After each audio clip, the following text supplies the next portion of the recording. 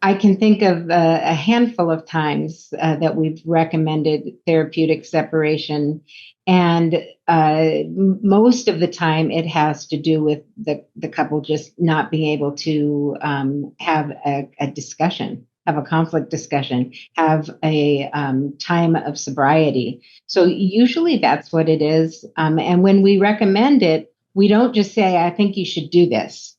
That's not helping anybody. That's just that's advice, and we don't give advice. We give guidance. We give help.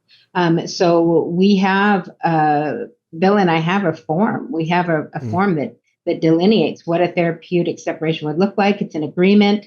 Talks about what we're going to do during. What are the goals? When will we know it's okay to come back? Those are all the kinds of things that without guidance, we wouldn't know how to do it. How do we know when it's time to return? I would assume that included in that is a period of abstinence as well. I know that obviously they're not living together, but they are still married. What kind of parameter?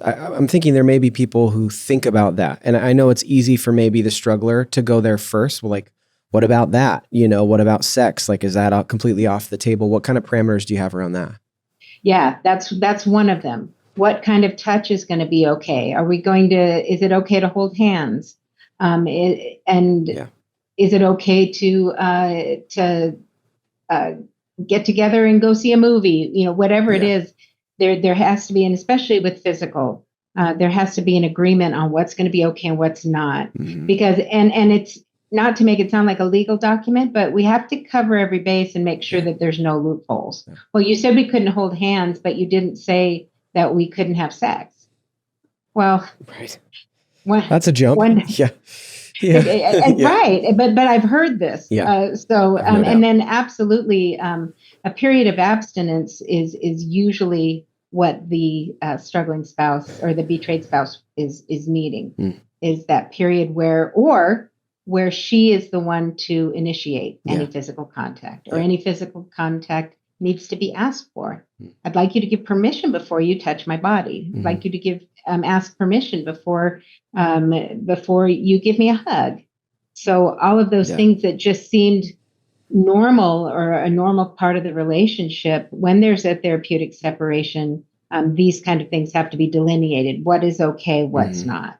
I imagine, Eileen, that may be different for every couple to some degree because it depends on a person's story. I mean, you described that Karpman triangle, and I think if someone is stuck in being an enabler, they're probably more likely to want to be like, oh, well, it's okay, we're just going to ignore those things now, or they want to give in to maybe some requests by the spouse, and having a document where there's an agreement kind of frees them to not get stuck back into appeasing or soothing it all over. It's like, well, no, we're just going to stick to what the plan said. Whereas others that maybe move more towards the victim or victimizer might need different kind of guardrails to help them. Is that true that it really depends on the couple and what they're facing, some of those different parameters?